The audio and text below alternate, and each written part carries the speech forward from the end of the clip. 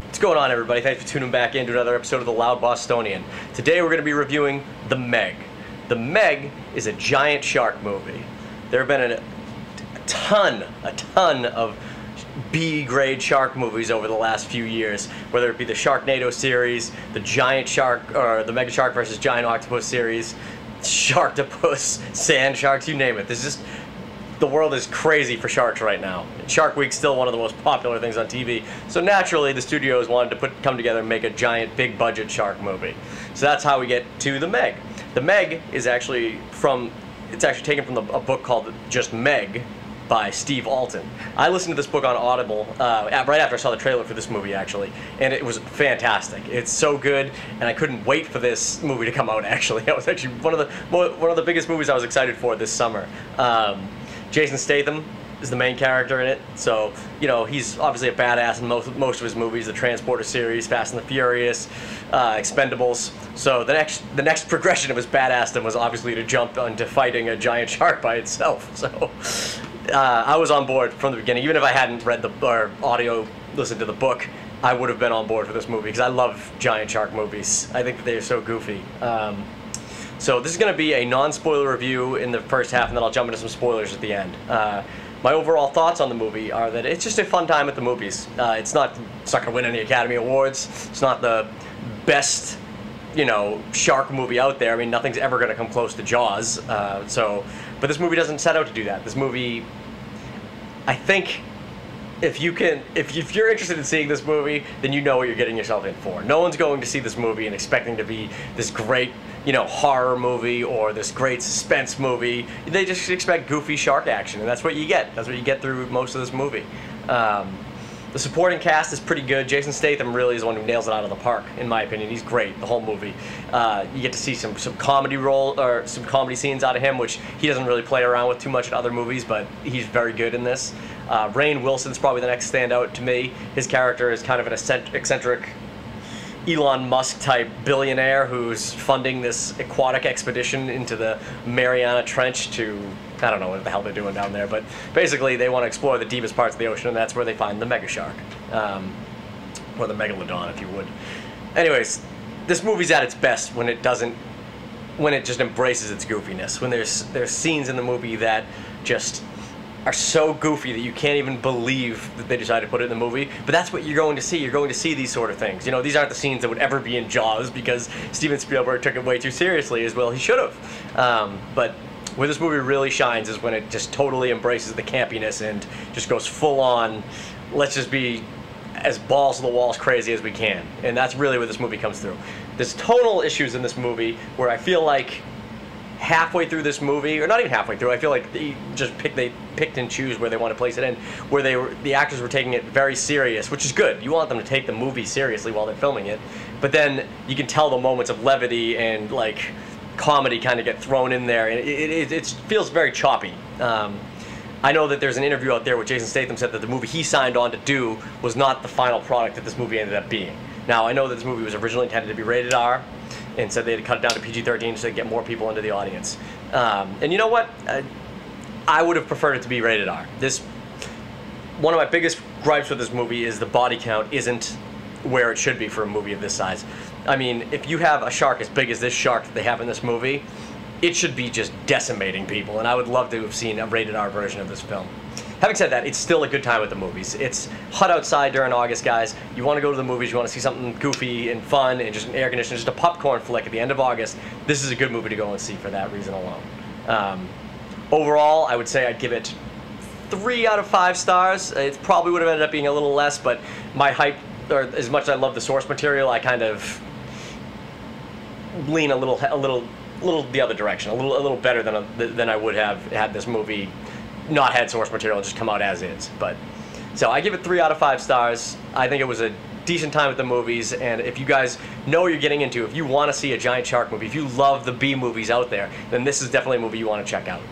Whether or not if you see it in theaters, I don't know. It's definitely worth a rent. I probably wouldn't buy it on Blu-ray if it came out, but that's just me. Anyways, that's all I can get into without going into spoiler territory, so I will jump into, put the spoiler warning up there right now, and we'll jump right into the spoiler talk.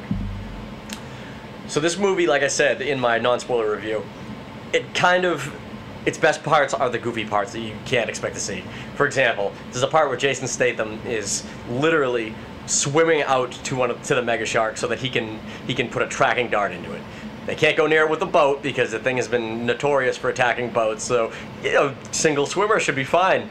Nobody in their right mind would ever get into the water with a fucking 60-foot shark. So when he's swimming out there, even he says it's crazy, and he's swimming out there and he thinks it's a bad idea. And those are some of the comedy moments that work good for his case. But he's got a rope tied around him so they can pull him back in at a moment's notice. So he tags this shark from 100 yards out in the ocean, and they start ripping him through the water because the thing notices it. It comes after him, and when he's getting pulled like a worm on a hook as a fish is coming at him back to the boat, it's crazy. It's so fun to see. And then this is other moments just like that.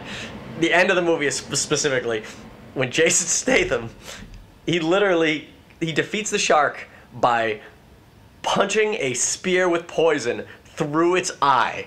So it's not bad enough, it's not goofy enough that Jason Statham is taking on a shark, but the fact that he actually kills it with a thrust of his fist makes it so much more goofy, and I loved it. I thought it was fantastic. It's so over the top, and it's exactly what you need. Like I said, this movie's at its best when it's running off campiness. Where it goes wrong for me is the characters. There should have been a lot more character deaths in this film. I think only 4. There starts off with about 8 characters on this research vessel that keep reoccurring throughout the movie.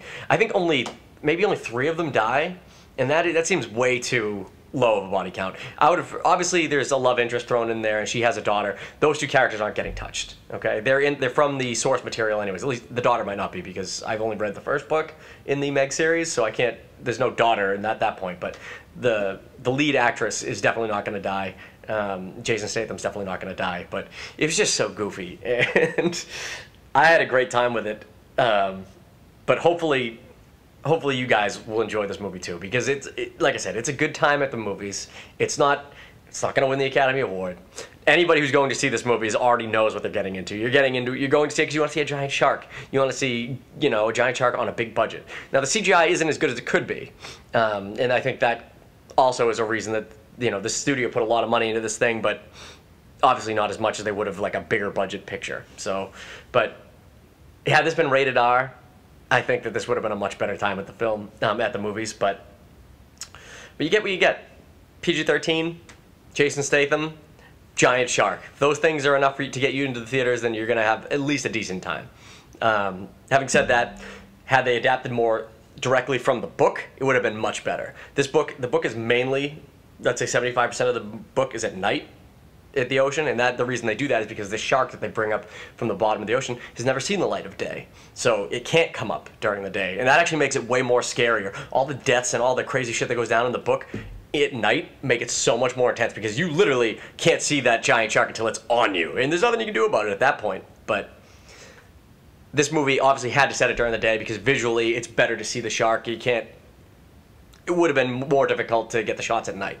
Now, there is one shot that they do at night, and this adds to the scariness of it, right? Because to me, it was the best shot in the movie, and that is the scene where Rainn Wilson's character flies off because he told everybody he contacted the Chinese government and that they're going to take care of the shark, all this stuff. But that's not the truth at all. He wants to kill it himself so he can sweep it under the rug so nobody knows that his company is responsible for bringing this thing to the surface. And they think the shark's in the water, and they're dropping all these death charges to destroy it. And what they ended up destroying was a whale that the shark was already feeding on. So the shark doesn't get killed at all, and he jumps out onto the whale so they can grab a tooth from the shark, and it's a whale, there's no teeth. And then sure enough, the shark bites the whale and takes a huge chunk out of it right next to Rainn Wilson, and he thinks for sure, he's like, oh, thank God, I made it. And then the shark just comes up from behind him and takes another bite and takes Rainn Wilson with it, leaving his hand gripping onto the whale. That was the best shot in the movie. That was the most close to the source material out of the entire movie, which I loved. I loved it. And there's obviously goofy other scenes where Jason Statham is narrowly avoiding the shark, and they're good. It's a good time at the movies. But for me, had they followed the source material a little closer, and had they gone for the R rating, they would have nailed this one out of the park. Well, that's pretty much going to do it for me. I'm really curious what you guys thought of this movie. Let me know in the comment section if you liked it, if you hated it, if you thought that it needed a little bit more to do with the source material, if you fortunate enough to have read that book. And just let me know. Also, what's your favorite? I'd like to know what you guys' favorite B-grade shark movie is. For me, I think Mega Shark vs. Giant Octopus is probably still my top dog, but I'd like to know what everybody else thinks. So thanks for tuning in.